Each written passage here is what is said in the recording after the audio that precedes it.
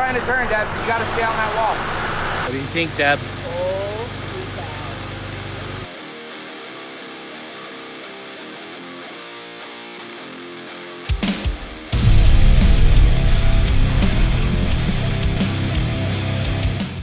Hey guys, we looked all over for a good video on a review of the PSC steering for the JL, specifically with the diesel and the hydraulic pump. And we couldn't find much, so we kind of documented our journey of how we put this system in. So hopefully that helps you guys if you're doing the same project. And we'll come back at you after our trip to Sand Hollow to give you a full review of what we think about the steering. First thing we're gonna do is make some room so we can get to the stuff we got to work on. So it's 2 10 mils, and then you got these little guys right here. You just pull it out. She's so dirty. It is dirty. Yeah, Deb likes to go through mud puddles. All right, so whenever you're doing these, there's a little locking tab on the bottom, so you got to pull that locking tab out to get these out. All right, so the larger clamps are 9/32. Go ahead and knock those off. So we have to pull off both these boost tubes and the air box to get to this.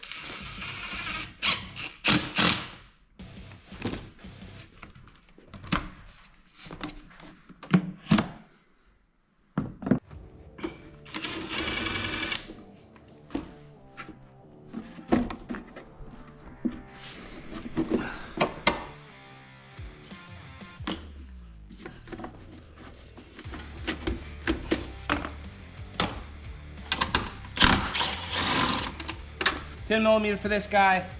Don't miss the connector on the tube or else you can't move it out of the way. You've got to get to this clamp to get this boost tube off because it's the only way to get to your power steering box. And it's buried way back in here, so get a 9/32 on a tiny little quarter. You can actually get it in there, but that's the only tool I've been able to get in there with. But you got to get this clamp off to get this boost tube out. There we go. Hey, all right. It decided to come off.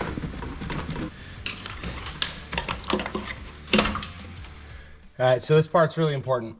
If you disconnect this from your steering box and this is allowed to free spin, there's a little clock spring in here that tells the traction control system the angle of the steering wheel. And if that breaks, you're in a world of hurt. So just take a bungee cord and just hook it to your seat bracket so this can't spin while it's off. It'll save you a bunch of heartache later. For the record, this is a job you can absolutely do on the ground, but I have a lift and I don't like working bent over all day, so I'm gonna take advantage of it. We've got a couple little pinwheels in here. Gotta pull out.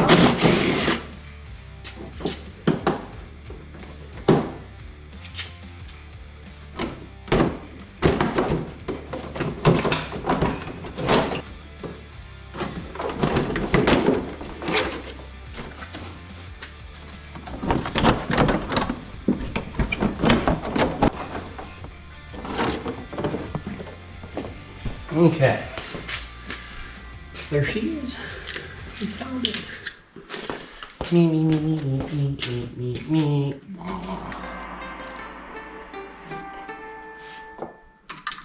This is where my hands get destroyed.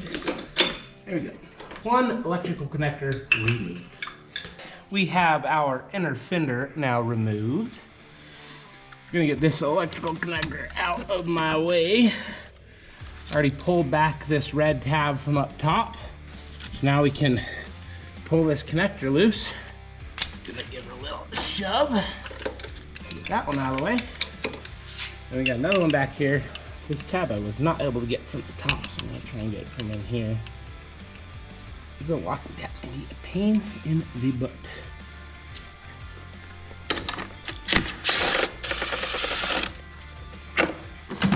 There we go.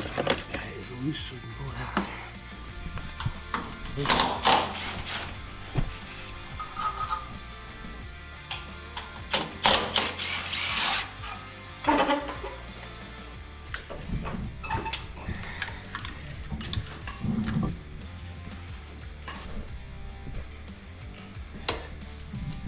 Alright, so I'm just pulling off the high pressure line right now from this pump. And then I'm going to pull off the return line next. So I can get this thing out of here.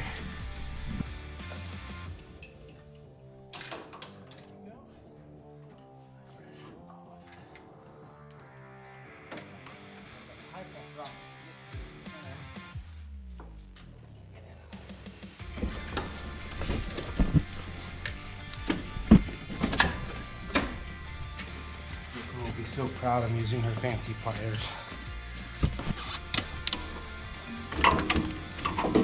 There we go. One old pump.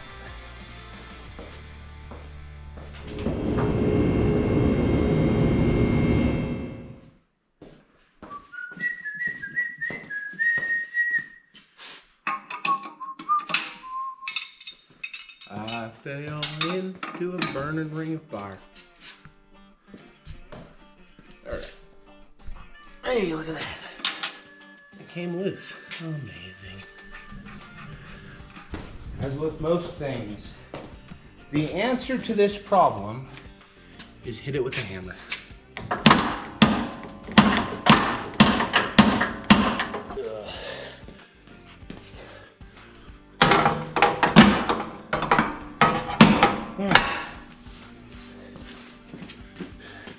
Just needed to get a different angle of the dangle.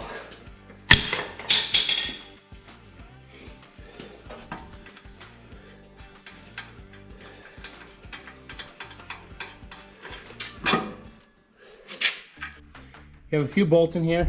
One here, two up here, and then one that goes to this bracket. But you have to pull this bracket out to get this power steering pump to come out this direction. So I just undid the three little electrical connectors and then disconnected this.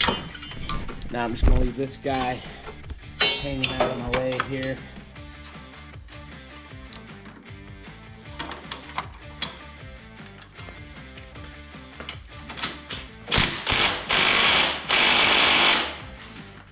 Last time we played with the I wasn't asking bar. This is the I wasn't asking bar.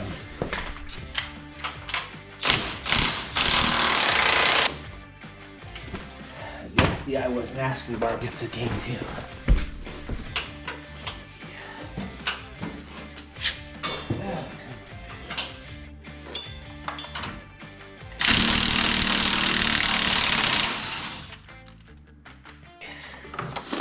Let me get this out.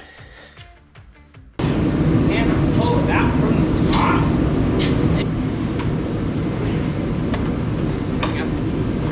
There we go. There we go.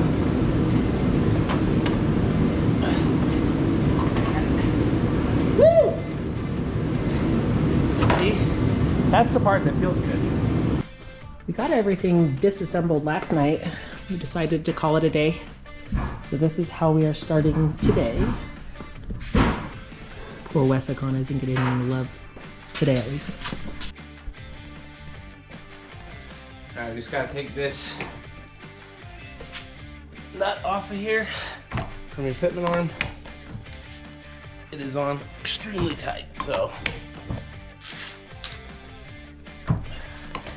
it's on there tight, and then it's red Loctite on as well. So just be ready to break it loose or use some heat.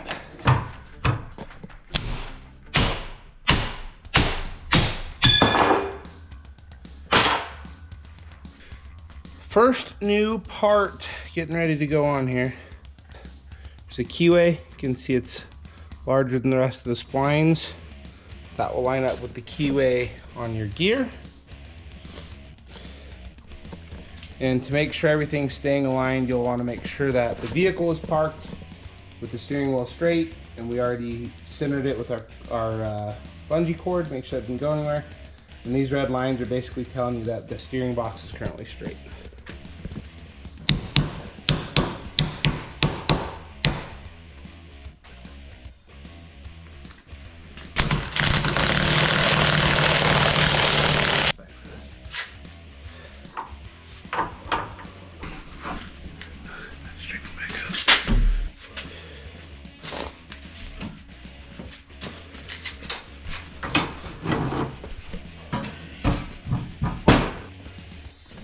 Okay, so PSC gives you 2 longer bolts. Their box is bigger, so these 2 front bolts have to come out. You can see the size difference here. Like obviously one thing's a little bigger than the other. So these guys will go in the front. We're just gonna get them staged, so when we're dropping this in here, it'll be just a little easier to get things started. Okay, so again, the goal is to kind of go in like this. So I think we can use this cavity and try and snake it around. But I'll need your help once we get down. Here.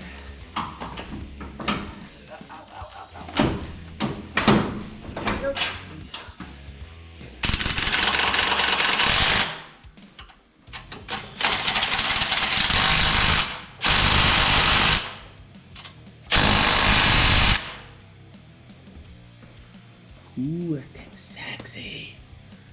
So to remove your grill, it's on with plastic clips like everything else on a modern Jeep.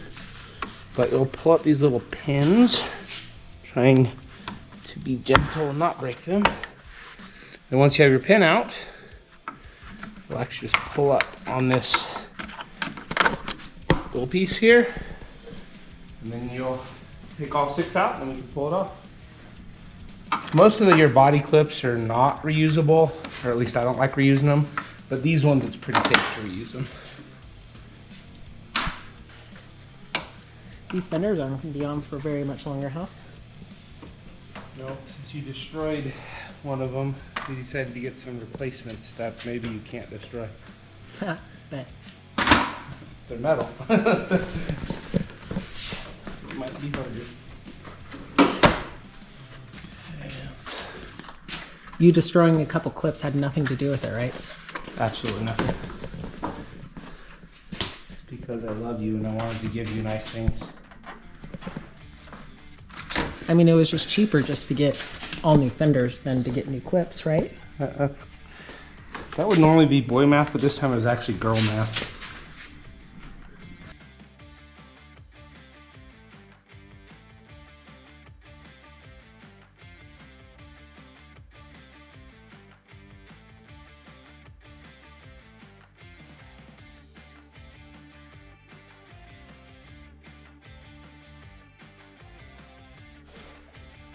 All right, pulled the grill off for 2 things. We got to build up our cooling stack. So our power steering cooler is going to actually mount right here with the cool bracket that PSC gives you.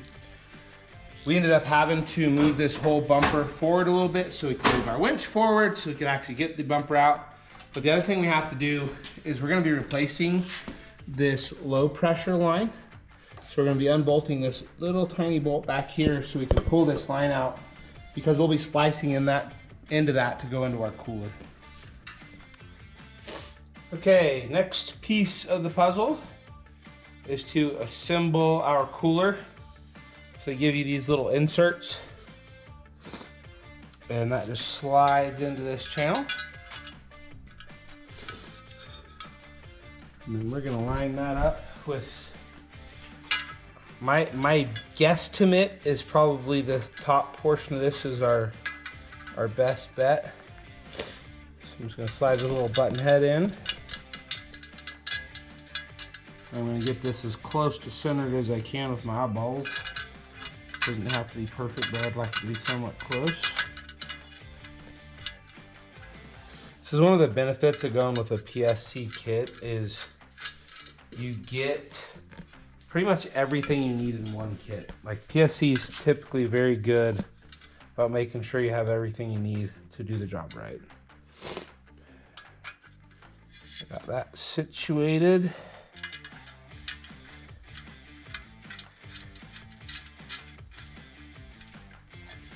Okay, that's on there tight. All right, so now we have 2 plugs and 2 actual adapters that we're gonna use. So you're gonna use the O-ring side towards the cooler. And I always like to lubricate my O-rings with just a little bit of whatever fluid's gonna be in the system. And what we wanna do is we wanna have kind of this be offset. So We're gonna go bottom side for the driver's side. We're gonna go top side for the passenger side. The reason you lubricate these O-rings so they don't tear. All right, so what you're gonna notice is I went the bottom here and the top here on this cooler. That's actually so it can go through the system and actually cool. Now our plugs are gonna fill these other holes. We're not gonna be using these guys. And then pretty much every AN fitting I've ever encountered is an 11/16. Sometimes the bigger ones are 3/4, but these 6 ANs typically are always 11/16. And because this has an O-ring seal, you don't have to kill it, guys, just snug. It'll actually make it leak more if you, or have a higher likelihood of leaking if you make it too tight. Okay. Yeah, so just put the bolt through, washer on the back side, and then you'll fish your nut in here and try really, really hard to not drop it. I'm going to make a slight modification to this bracket because I want it to be down in the meat of this cross member just a little more. So, bend it down a wee bit, like so.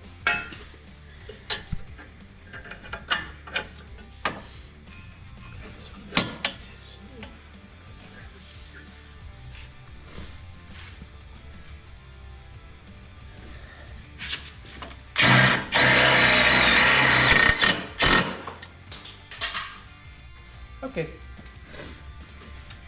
Now I need line number 1 and line number 2. How cool is that? They actually give you exactly where they're supposed to go.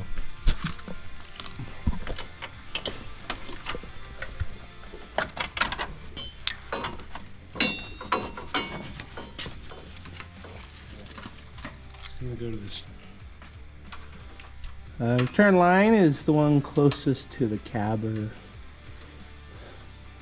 the shaft coming in.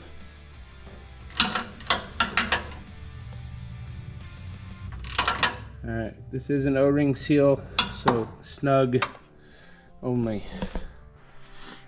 Alright, so AN fittings, again, you don't gotta kill them, just tight enough.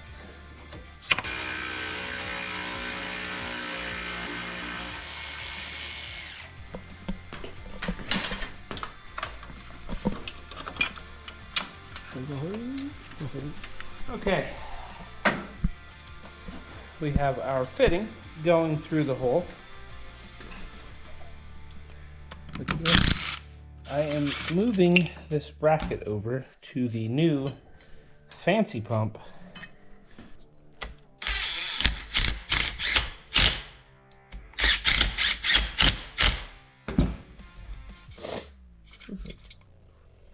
A little bit bent. Oh, it's not. Okay.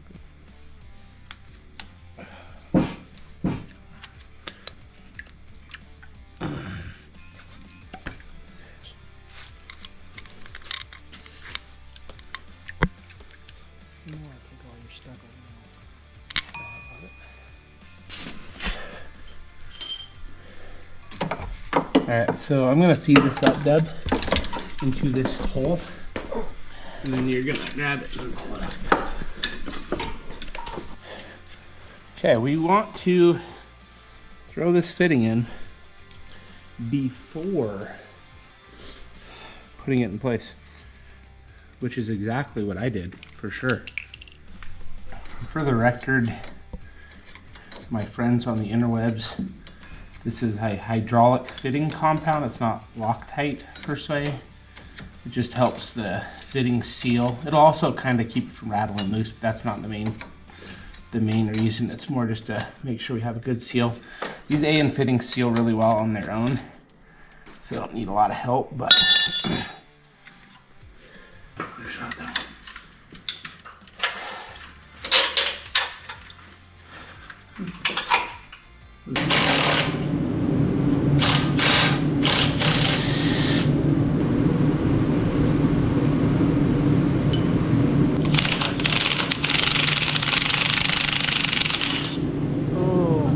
but we have to get this guy off. That's where our bracket goes.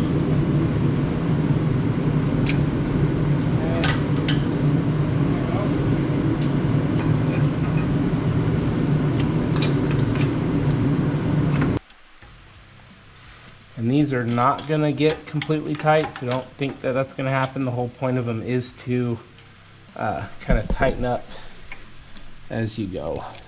So you want these to be off a little bit because you want as much tension on here as possible.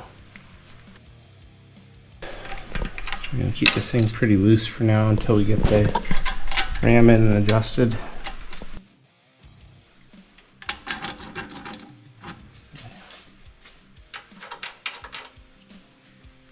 Real quickly, assembling your ram, it's pretty easy. Thread it in, put your nut all the way to the bottom, thread it into the threads. I'm not going to go in all the way, we'll adjust this once it's on the Jeep. And then we're going to run our nut down on the threaded side. These are your locking nuts, so you don't have to use Loctite or anything like that. This will lock it down into place. We'll just run it all the way down.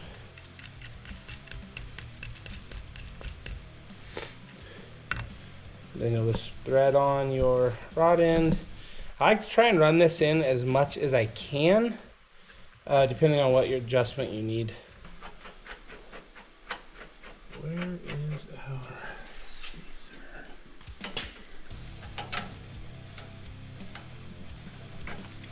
So basically what I'm doing here is, if you can see, there's an extended position and a shortened position. So obviously if I turn the wheels all the way this way, the ram would have to extend.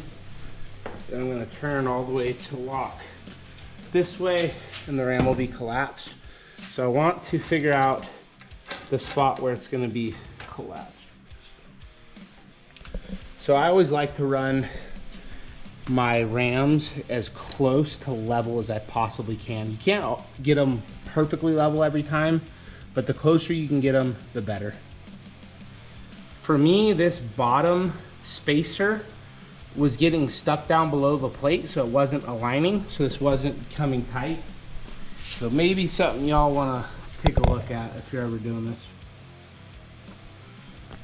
Doing these to 25 in 3 parts.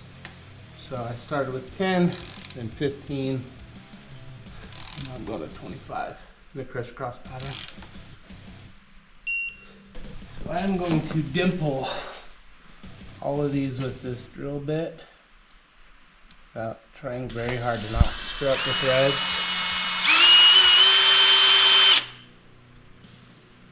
To give this a little something to bite into. I think we are properly dimpled. I'm going to put some Loctite on these. They're super small threads and I do not want these coming out. So just blue so I can get them out later, but I should hold them in here for a good long while. Okay. More than that, we might make it a right easy. Here we go, finished product. Just wanted to give you guys a better view of this. I was kind of in the way on the footage. So there's the lines connected up. You can see how I secured them on our track bar right here. It gives you plenty of clearance. All right, there is our lines going into the steering box that connect to the ram. They are extremely hard to get to, and I would highly recommend that you have a crow's foot to get in there. But I had a hell of a time trying to tighten those. So I used an 11/16 crow's foot. You could probably use an 18mm as well if you have one, but that was the only way I could get these tightened properly, so just keep that in mind. All right, so all we're doing right now, guys, is we got everything hooked up. We're just kind of bleeding the system, so Deb's turning it left and right, sucking in the fluid before we actually turn the vehicle on and the pump goes live. Watch for leaks, and just keep watching the air bubbles come in. When the air bubbles stop or subside quite a bit, then you're about ready to start it up. Alright guys, you can just follow, like watch this reservoir right here. You're gonna watch the fluid level go down. You wanna keep the fluid level to around the min mark. And you'll see every time the steering is cycled, it'll bubble, and you might be even seeing it kind of pop out just like that. So that's every time Deb's hitting an air pocket, it's shooting that air out of the system. So we're just displacing all the air with fluid. It just takes a long time. It's kind of a pain in the butt. So the reservoir should always be the highest point in a system. That's why you can bleed it this way, because air is always going to try and go up. The biggest concern now is if those lines are on backwards, because then when you're going right, it's actually going to be pushing left. That's the problem. All right, Deb, go ahead and start it.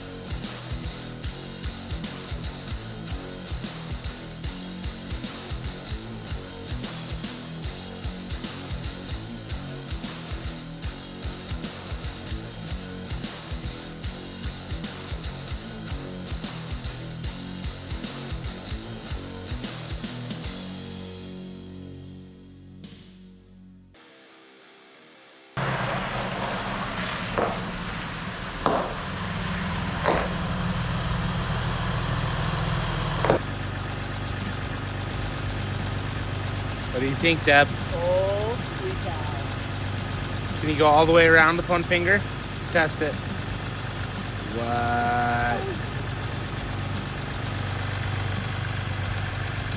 Why didn't we do this before? I don't know.